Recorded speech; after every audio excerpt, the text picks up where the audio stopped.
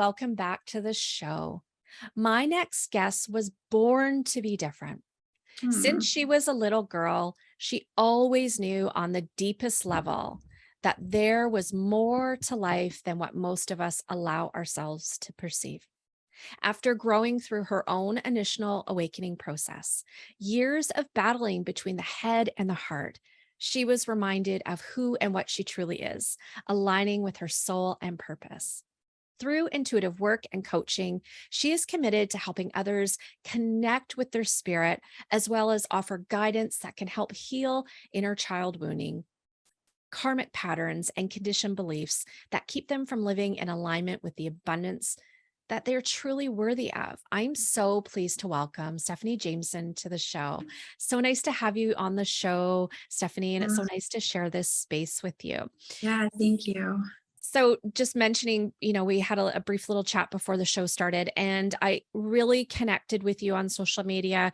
I don't know, maybe 3 years ago, 4 years ago, something like that. And what I loved about you is that you gave the raw goods, and there was none of this showy stuff. Or if you look on social media, and bless everybody's hearts, everyone's trying to do their thing, but there's a lot of copycats Yeah, and maybe different accounts, things like that. But you're copying somebody else's work or theme, and there's this lack of authenticity.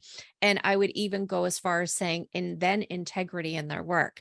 Because if you're trying to, walk the walk, if you're talking the talk, you got to be able to walk the walk too. And you've done that.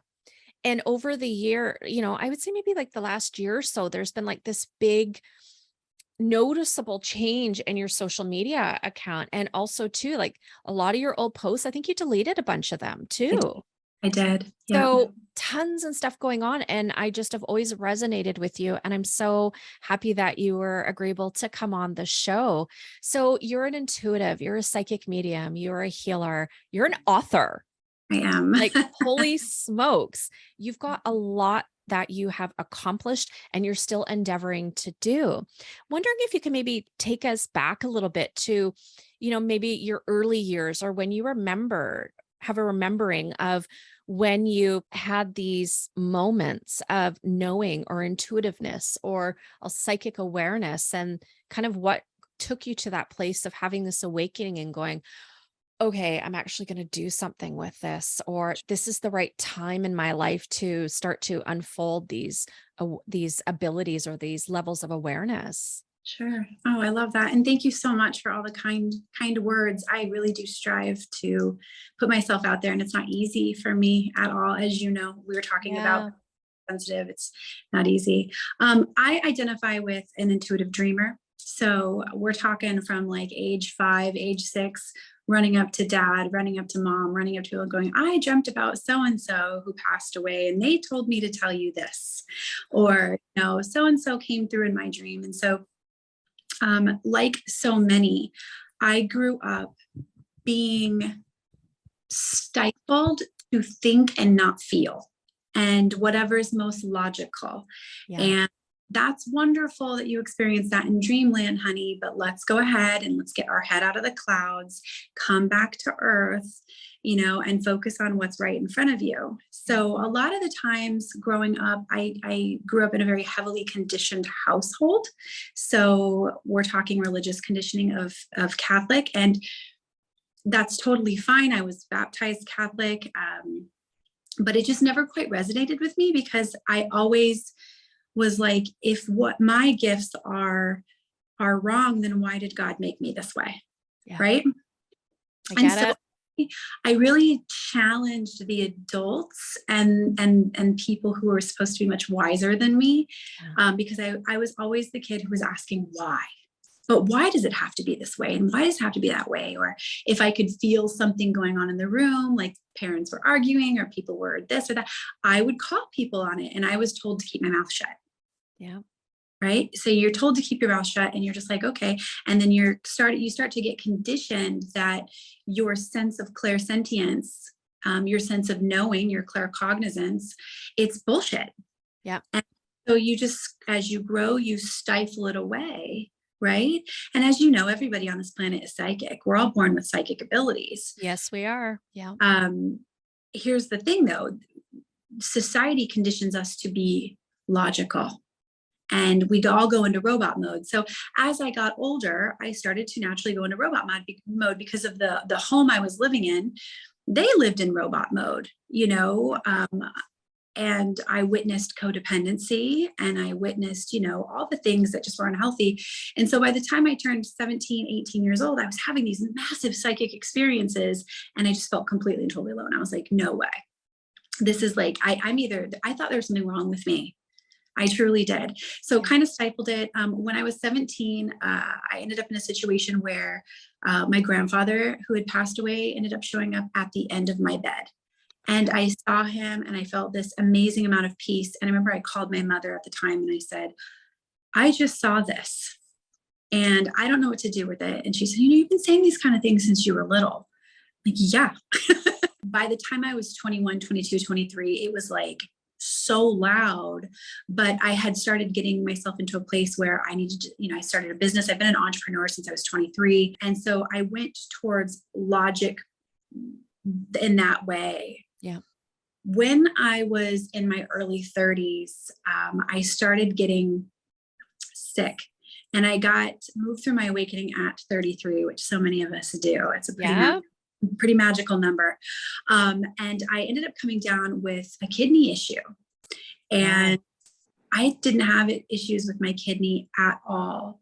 So I was living in a place of just constant stress. I was worried about everything. I was choosing fear over love, which is why, as you know, my main message is make sure you're choosing love over fear, which we can talk about. But I was just in this place where I was choosing worry, anxiety, control, all this stuff that was in the exact opposite of alignment of who we are. And my body just started to fail on me. And so I ended up at the hospital with a 10 millimeter kidney stone. 10. Wow.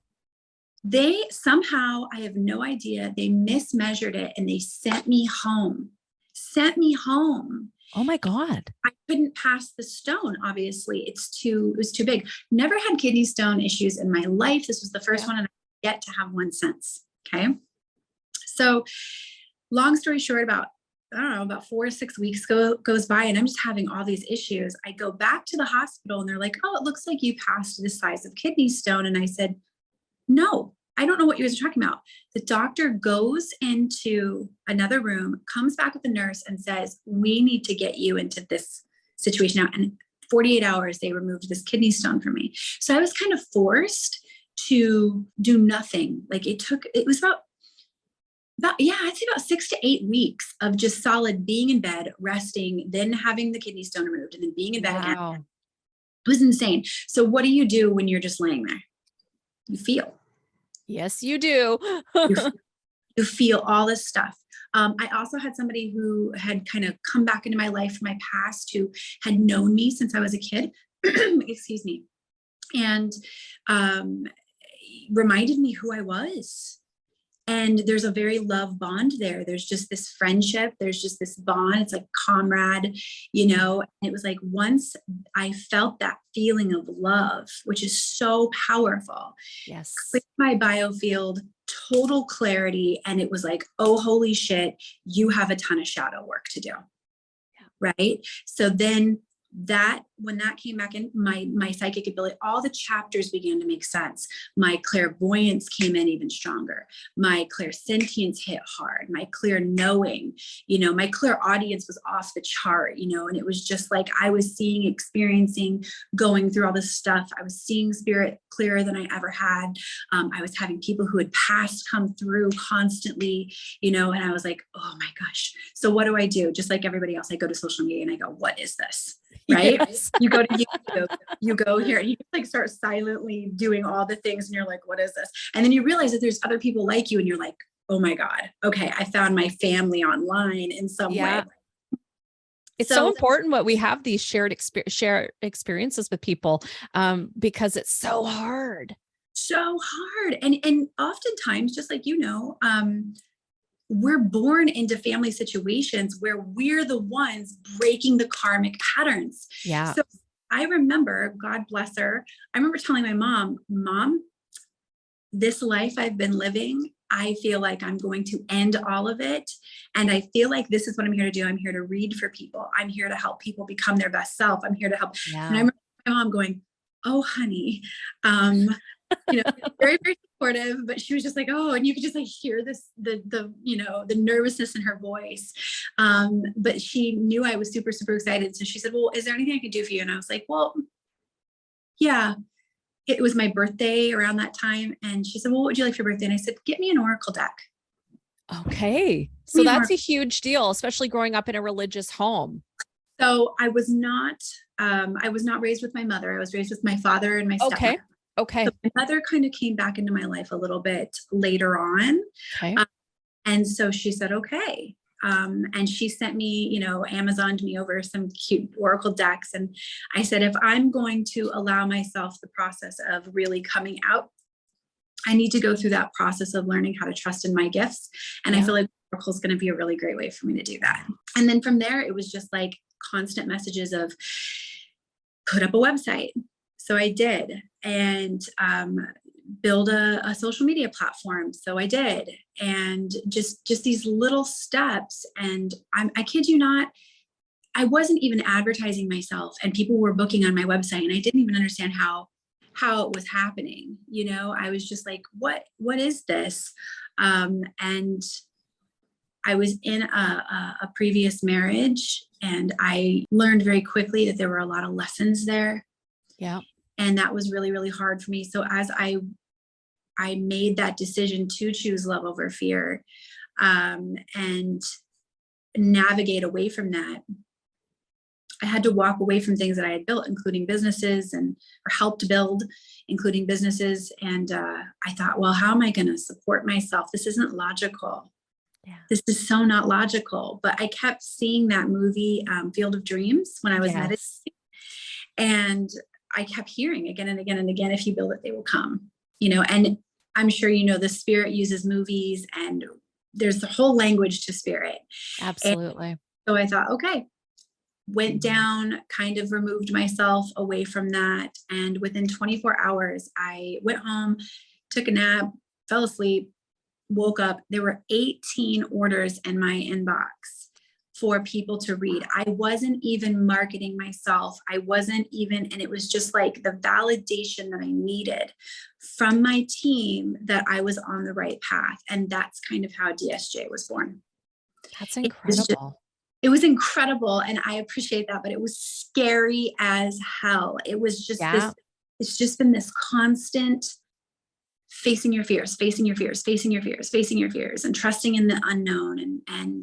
So that's really what it has been all about. So I've always known since I was a kid that I'm different, and I tried for years to fit in, but as I got older, I realized that I challenge people's beliefs because I'm supposed to. I'm not. Absolutely.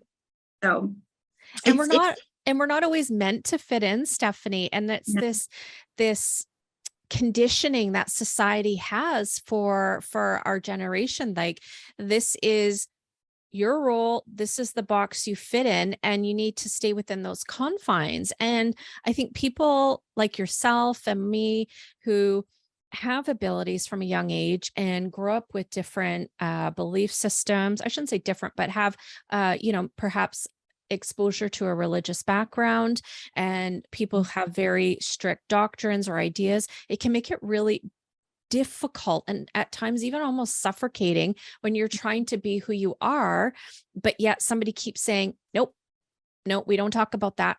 We don't go there. And or if you literally have the words screamed at you enough when you're a kid, what is wrong with yeah, you? What is, yeah, and I had yeah, God love her, but I had a very rough stepmother as well. And so it was just like, I really learned how to suppress that feminine energy in me because she did. yeah. So it was just all of a sudden, that divine feminine essence was just, she was unleashed. And it was right around age 33. And it was like, oh, there it is. Oh, there is it. All the stuff.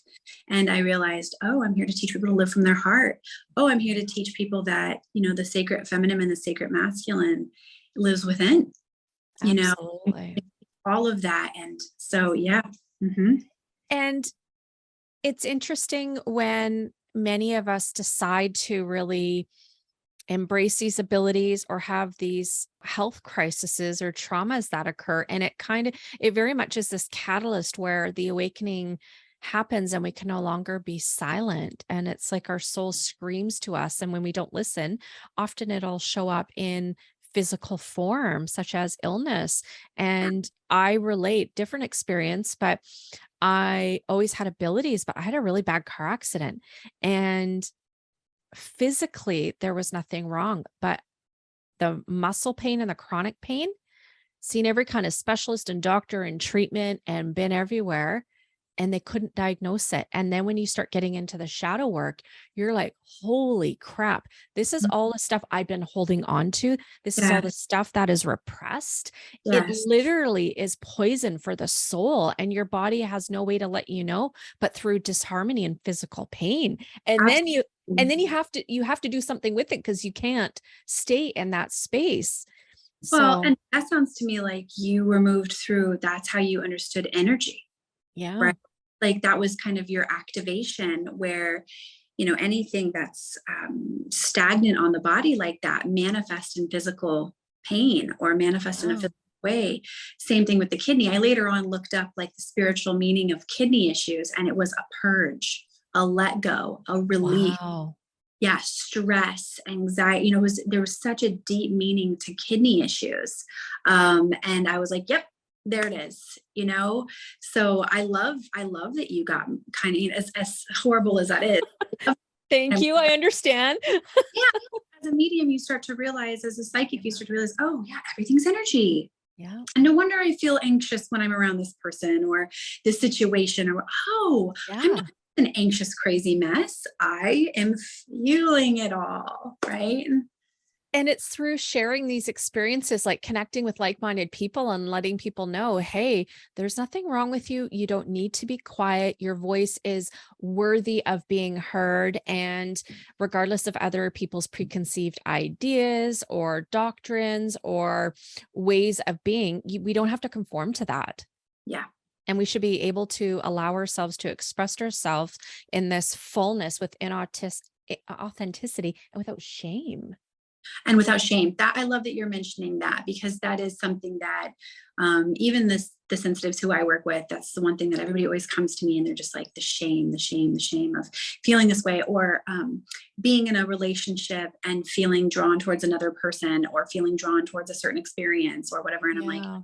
no, our feelings are the map, the emotions are the map. So it's showing you what's not serving you. But society and family conditioning and years of, all the patriarchal bullshit, Yeah. keeping people from following their heart and trusting what they feel. So what does that do? It manifests into physical ailments, it manifests into depression, all kinds of stuff. And if people just sat back and just got quiet and allowed themselves to go, yeah, here's the clarity. I know what I need to do. And then had enough faith in the universe and in God Yeah. Yeah. that if they did the right thing, they will be provided for. How do So, you, when you're working with clients, how do you work with them to move through some of those fragments of shame? so we work a lot on connecting with the inner child. Yeah. A lot, so I work with people who come in who are um, very psychic, being moved through divorces, mom issues, dad issues, rejection of trauma, all that stuff. And as much as I do honor and I listen to their experience, I always reflect it back at them and I go, perfect. We've got the clarity. What is she needing?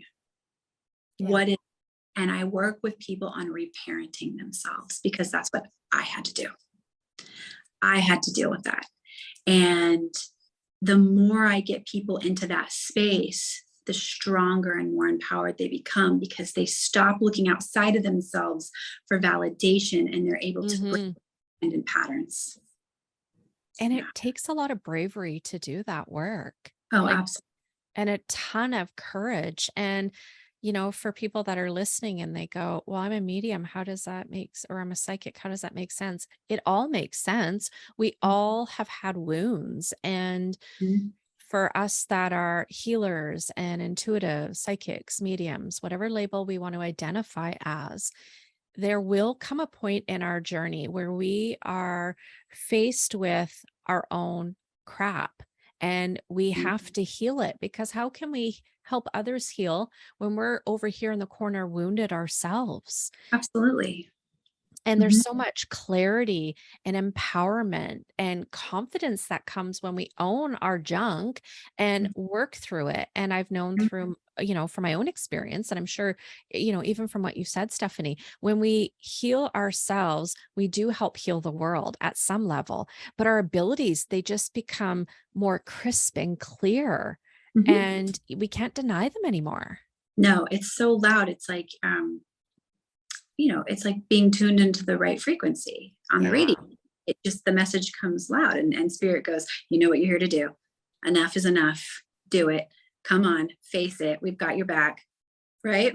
absolutely. That is something, one of, like I said before, one of the main messages I have is make sure you're choosing love over fear, no matter what Yeah. you're doing. And if it's minute by minute, great. If it's day by day, now I'm not going to say that I don't have my moments where I go right back into fear mode, because Yeah. I'm on a journey as well, right? Yeah. But if you can get yourself to train your mind to go, okay, what am I choosing right now? Am I choosing anxiety, worry, doubt, fear? Yeah. Well, spirit, you're not going to be able to hear spirit, because spirit dwells in the vibration of love. But Yes. healing your stuff, you start purging out that energy in your biofield, then you become more of a clear channel and you go, oh, there it is. Yeah. There it is. Yeah. And with our abilities, our personal life is very much reflected and can be seen in our abilities. So when people go through moments, and when I'm mentoring or doing teaching, people will go, I'm not seeing anymore. I'm not hearing anymore. It's not as clear. Okay, let's take a step back. What's going on for you as the human aspect of yourself? And I truly believe, and I know others have shared the philosophy, and love your thought on this too, Stephanie, is what happens in our personal life does affect our spiritual work. Oh, of course. Absolutely. And if you're not feeling grounded, if you're feeling, if your root chakra is all out of whack and you're not feeling like you're supported by life, or if you're in a relationship that's not healthy for you, Yeah. if you still are looking outside of yourself for validation, whatever it is. And there's no shame in any of that, because we are souls having a human experience. So this place is just a big school, right? So we Yeah. come here to heal all of our stuff. So when you can start to like stop becoming this perfect version of yourself and stop Yeah. focusing on, and you actually start going, yeah, I've battled codependency. Yeah, I've battled rejection. Yeah, I've been abandoned. I've been, all this stuff. And you start going, okay, cool. And you're able to laugh at yourself and kind of see Yeah. the journey for what it is, right? Not saying it doesn't come with some serious shadow work, because it does. Oh, yes. It gets easier. Yeah. It gets easier. And you go, okay. But again, it all comes down to having enough faith in yourself and faith in the universe, that when you take these steps towards love, you are going to slowly be shown the path, and it'll come in ways that you would never expect. Logic would never even remotely play a part in. But that's what the journey's all about. Absolutely. For those listeners, how would you recommend that they cultivate and deepen their relationship with the universe? Right away, meditation. Yes. Yeah. Quiet time. This is something that I always recommend, because everybody who I tend to work with and who I tend to attract, they live in their mind. They're Mm. overthinkers. They're in robot mind or mode. They're doing what mom, dad, society has told them to do.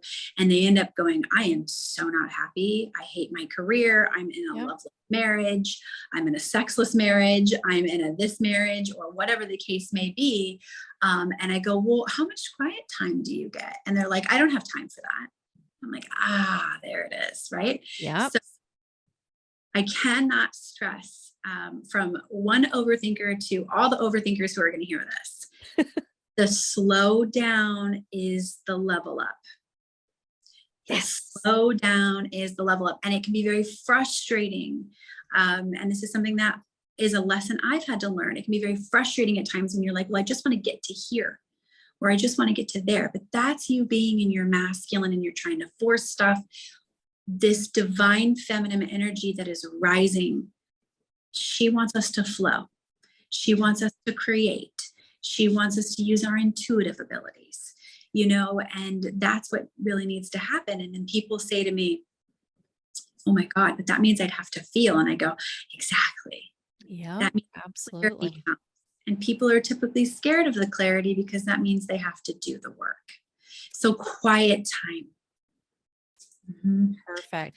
And some people, they don't, and you're right, they don't want to feel, because then they're faced with having to witness what they've been holding on to, and also at some level take responsibility for some of their actions and some of the stuff that they've contributed to. But the work, and it is work, is worth it, and it pays huge dividends. Your return on investment is always going to be more. Mhm. Absolutely. And it may not look like that for the first couple months or the first couple Yeah. years. And, Yeah. you'll lose friends and family and people who've been in your life for 10, 15, 20 years, the people who maybe you thought you were going to be with forever. They may not understand you at all. And they may not even see you for who you really are, but they will eventually, and those who are meant to be with you on your path, they'll rise up with you. Right. So it really is a journey of self-love. Where are you lacking loving yourself more? Right. And I think that's so important too, because we have to be able to learn to love ourselves and show compassion and grace. And when we can do that, it shifts and transforms every corner of our life. And then we realize, wow, what I've been doing, like you said, the marriage or the career, I did that all. I was no longer in alignment with it. And then we decide, can I live like this for the rest of my life? And are you going to, keep ignoring your intuition, that voice of your soul, or are you going to listen to it and do something with it? And we all have this divine purpose orchestrated by our counsel and ourselves before we incarnate. Now, some people don't believe in incarnation. I do. And I believe that our soul knows what we came here to learn, but are we going to fulfill that or not? That's up to us to decide, because we have free will. Absolutely. I love that you're talking about this because that is something that it challenges people's traditional thinking. Yeah. I've literally heard someone in my life say, well, I don't believe God recycles us that way. And I'm like, oi, oi. Oh no, I've never heard recycles us. Oh, Yeah. And I'm like, it's not like that. no. So it's us. We're the ones who judge ourselves. Yeah. And being a medium, you would know this because spirit comes through and connects things, connects with you and says, well, this was my lesson on this plane. This is what I as a soul was meant to learn. And this was the connection between this person and that person in my life. Mhm. And so I agree, from what I've known and from what spirit has taught me is uh, we agree, we choose it all. Yeah. We go, okay, in this lifetime, we failed in these three areas. And so I'm going to incarnate with my soul family or these soul members who I have karma with. Yep. And we're going to do it right. We're going to make it right. This time, we're going to do it right. So this could be something as simple as getting divorced and forgiving each other, right? Or stopping trying to save the relationship because maybe the whole point is to walk away finally because you've tried to save the relationship 100 times before. Yeah. Whatever the lesson is, I always remind people that whoever you feel strongly about, whether it's negatively, whether it's positively, odds are they're a soulmate and they're here to teach you something for your highest good, right? Absolutely. And we need to have that understanding. And as an ordained spiritualist minister, there are some people in our belief that, well, one, on the platform, reincarnation is not talked about because you can't prove it. But I know from my own experiences, it is true. Here's the And it's interesting though, because everybody's got this different idea of what may or may not be true, but we got to go based on our own experiences. And I truly, truly believe that. And some of the hardest situations and the most difficult people that come in your life, they're meant to help you learn and grow. They don't, it's no, there's no haphazard. Right. One of the things I want to kind of touch on that where, people don't believe in incarnation because they can't prove it. I love that you talked about people taking responsibility for themselves. A lot of times in my experience, people don't want to talk about those kind of topics or because that means that they'd actually have to take their power back Yeah. and they'd have to stop saying, oh, well, if God didn't want it this way, I wouldn't be Yeah. in a situation. Yeah. Right. And that in itself is oh, holy crap.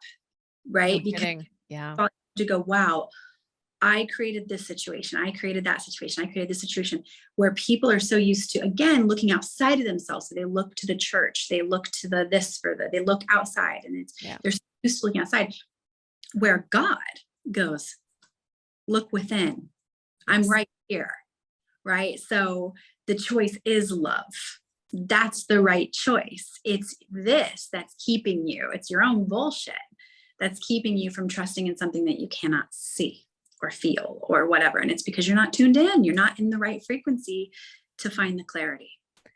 And so, for those that are listening, to do this work, it requires you to love yourself. Everything we're talking about, there's a reason behind it because, in order to do the work, you know, of spirit to help others, you got to do your own work, which is developing a connection with your own self, having a spiritual practice, connecting with the universe, developing a relationship in that capacity where you are always plugged in and tuned in and receiving that clarity and that guidance and that support that you are worthy of having, and to remove any conditioning and shame that you've experienced or still experiencing today, and to muster up the courage and the bravery to say, yeah, you know what? I did some stuff. I'm not proud of it, but today's a new day and I'm shifting, I'm aligning, I'm leveling up, because that is going to support you in this work. And if you don't do it, you're going to fizzle out very, very quickly. And I see this all the time. What about you, Stephanie? I see it all the time. I see people who, one of the biggest things with me is be willing to unlearn and reprogram. You know, Yeah. want to be you said I'm changing a lot of the ways that I'm doing stuff and I totally am. I want to be a source of knowledge. I want to be a source of place. It's DSJ's goal to empower yourself. You don't need to depend on all this stuff outside of Yeah. yourself in order for you to get there. So be willing to unlearn, reprogram your mind, and be willing enough to ask yourself, who am I before I was so and so's daughter or son? Who am I before everyone kind of molded me into what I think I should be? Yeah. And when you do that and you go, okay, well, I'm a child of God, I'm a child of the universe, and I was made this way, I've always felt this way. Love that. I'm worthy enough to have this. It's a journey of self-worth. We desire the things that we desire in life because we're meant to align with them. The people, the Yes. things, the experiences. Your heart would never long for something you weren't meant to experience, whether it's for a day Absolutely. or years, right? You're supposed to experience. So I love that you're talking about getting rid of the shame and removing the shame around that. But that takes, again, the inner work and being willing to go, wait, I've had the answers all along, not everyone else. And so many people, and I've been guilty of this too. So I'm not sitting on no high horse and thinking I know Oh, everything. But, so many of us at some point have gone to other people, looked at other resources for answers and guidance, and they can't live our life for us. And their story is unique, just like our own. So, what mhm, may have worked for them, we can take it into consideration, but we got to check in with our heart. We got to check in with our mhm. soul, our own spirit, and see, does this even resonate? Yeah.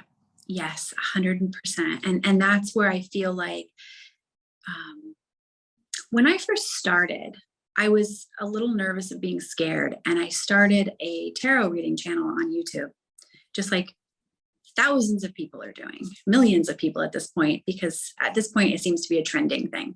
Yeah. Okay.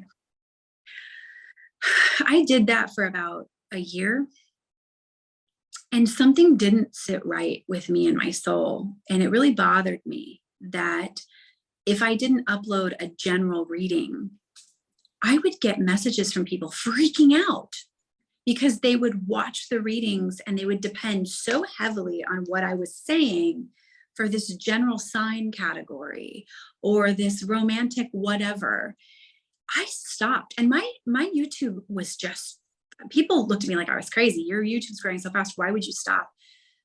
I don't want people depending on external bullshit. Yeah. Need, I was a band-aid for people, and I want to be the resource for people who go, she showed me my shit and Yeah. she had space for me while I was healing it without judgment, right? Not, oh my God, I have to watch her tarot readings every day. Plus, at the same time, I knew from my own journey that oracle's not the answer. Oracle is a tool, right? Yes. And I see so many people depending on oracle. And again, that's a form of looking outside of yourself, right? It's a wonderful tool. Don't get me wrong. I love oracle. I would love to make my own oracle deck. It's Me fun, too. Me but too. it's just, it's the beginning Yeah. of teaching you that, you know how it is when you first start playing the cards. You're like, oh my gosh, these messages are so on point Yeah. that there's got to be more. It's the universe's way of teaching you that there's more to life than logic. There's an unseen energy. There's an unseen force at Yes. here, and the cards are going to come out with whatever energy you're in alignment with. Yeah. Right. So, And when I first started, I'll say consciously developing my abilities and working with them and embracing them, I was seeing and hearing spirit, but I was drawn to the oracle cards. everybody, And I think everybody does because it's something that's tangible. We can see it. Again, we're not having to rely so much on the feelings, if you will. But exactly. it came to a point where spirit said, okay, come on. What are you Mhm, doing? Not that the mhm. cards were bad, because they're not. And I love them. I collect them. I have over 40 decks. Girl, I got a ton of decks too. I love them. They're Me fun. too. They're fun. And I do some intuitive card reading sessions, private Uh-huh, readings with clients. They love them. uh-huh. Okay, no problem. Again, meet the needs. But it is a tool to help you tap into that intuition, but then in that inner voice and that knowing, but it is just to get you to that place of, wow, there is more. But I like what you said, that term or that reference, a crutch. It cannot be your crutch. And I find that sometimes too, people become really dependent on the social media posts as far as the Yeah. guidance. It was ridiculous. And not only like for myself, it was too much. I've actually deleted all of my card readings and I stopped doing it. Couldn't do it anymore. The Mhm. demands and, oh, are you going to pull a free reading for me? No, No, like, no. no. And then, um, just people becoming dependent on psychics and mediums and healers. And we're simply a guide for you to bring you back home to yourself. Mhm. Yes. Yes. And we reflect, and I'm sure you experience as well. You attract a ton of healers, right? You attract a ton of, Yeah. you attract a, like attracts like, so it's exactly that. It's a space for you to go, oh wow, I'm seen, and it's safe for me to be seen. There are other people out there like me. This is fantastic. Now I've been given a choice because this reading or this experience I've had with this healer has opened my eyes, Yeah. right? And they did Absolutely. tend to bring, I'm sure you experience this too. I have a lot of people who go, I don't even know how I found you or how I this, but I had a gal the other day, she said, I walked into Barnes and Noble, I found your book, and immediately when I saw that I could book with you, I was like, no way. And I booked with you. She goes, it was the craziest divine thing. And now we're coaching. Now we're doing things together. And she's like, you're changing my life. She said, in a million years, I would have never thought a corporate woman walk into a bookstore and all of a sudden I'm going through my spiritual awakening. Yeah. Mhm. It's They come to you incredible. coolest way, in the most coolest ways. It's incredible. Mhm. Talking about your book in Barnes and Noble, how did you become or what took you to that place of, I'm going to start writing and offering, Yeah, giving this offering to the world? How did you get to that place? quiet time. Yeah. Okay. So I always feel, and I'm working on this, just like everyone else, I'm a work in progress. I always feel a little guilty saying this because It was never my intention to be a writer. I had no desire. I've always journaled. I love journaling. So when I first started going through my awakening, I just started journaling everything I was experiencing so that I would stop feeling crazy. Yeah. You know, the angel numbers, the signs, the messages in music, the messages in movies, the synchronicities, all this stuff. And then when I started meditating pretty heavily, I always meditated for 15, 20 years now. I've meditated, but it wasn't until I started meditating like consistently that I started developing my own stronger, what was already there, it cracked open even more, my clairvoyance. So I would journal everything that I was seeing during meditation. And before about a year and a half, I had all these journals. And then when I started my IG and I was going live, this publisher reached out to me and just said, I have been watching you. I love you. I love everything that you have to say. I love that you take the intuitive empath experience and turn it into empowerment. Yeah. This is a book we're wanting to write. It's more for like, at that time, it was more towards logic, and she loved how I combined spirit and logic together so that it was more practical.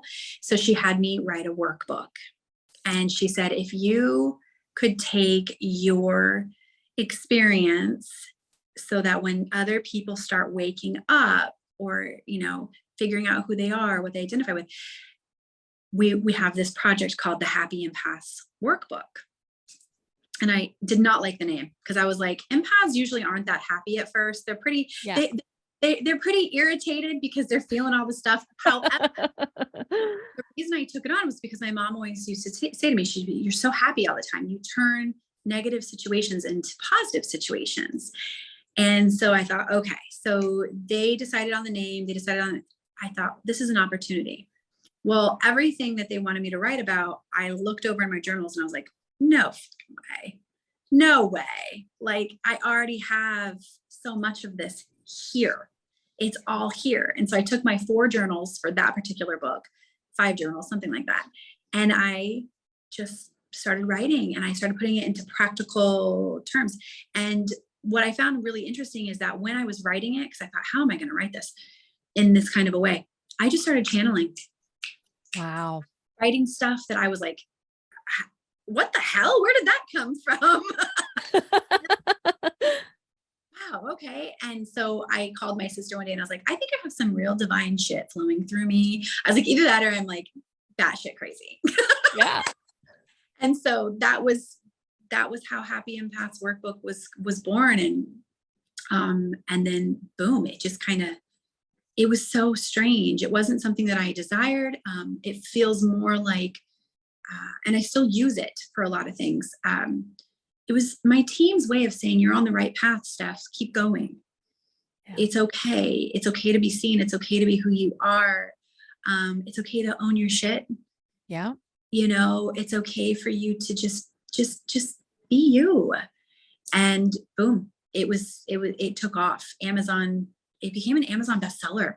It was crazy. It just, I remember crying one time because I looked at it, and it was it was like peak when it was first released. It was selling next to books like Dr. Michael Beckwith and Louise. Wow. And yeah, and Joe Dispenza. And I was like, I took screenshots of it all and I was like, you've got to be. That's some heavy hitters. Those are some heavy hitters. And in no way, I mean, these are people who I look up to. These are people who inspire the crap out of me, who I resonate with. And I looked over at a family member and I just started crying and I was like, I get it. Yeah. I get it. I had no desire to write a book, but it was almost like I had to write the book to see me in ways that other people may have seen me, but I never saw myself. And how did that shift your work moving forward? Oh, it gave me confidence. Yeah. You know, of course, but here's the thing. Of course, it made me feel validated in a way. Yeah. But at the same time, there's been several times along my journey still where I've gone back to those initial journals and remembered my why and why I'm doing this. And so I really try to focus on continuing to validate myself So for anybody who struggles with that, because I don't want that message to be like, oh, I got this and then it validated me. Yes, it gave me a huge boost. And I was like, wow, this is amazing and aligned effortlessly. Yeah, But at the same time, if you don't get a book deal, it doesn't mean anything. You're that's right. right path. You're still, it's still, there's something else that's meant for you. Just because that's my story, that doesn't mean anything.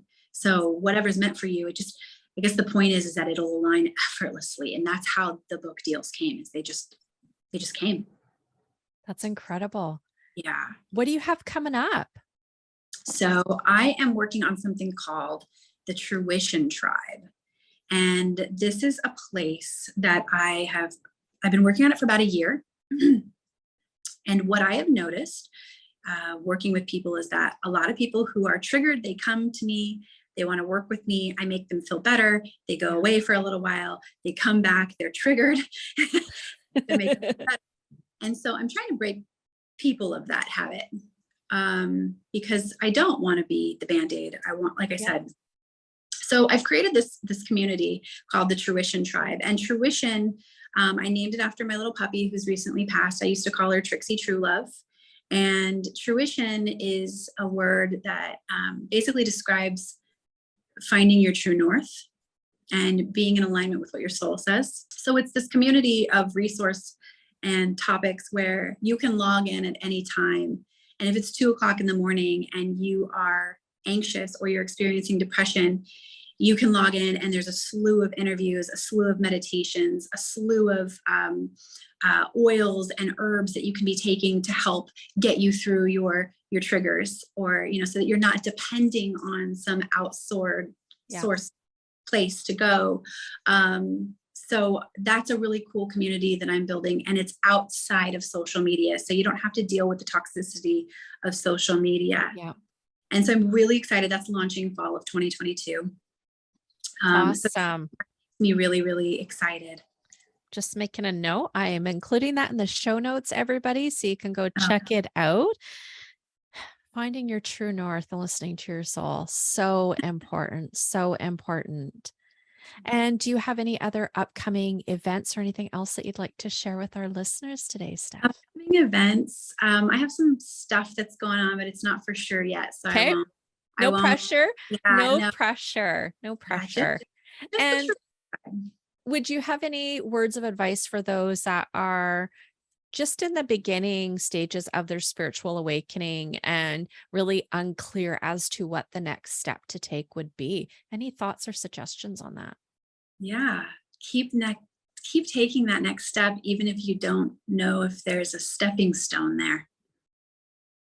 Good words of advice, because if we trust that we're always being held, guided, guarded, and protected and loved, doesn't matter if we know what the next step is.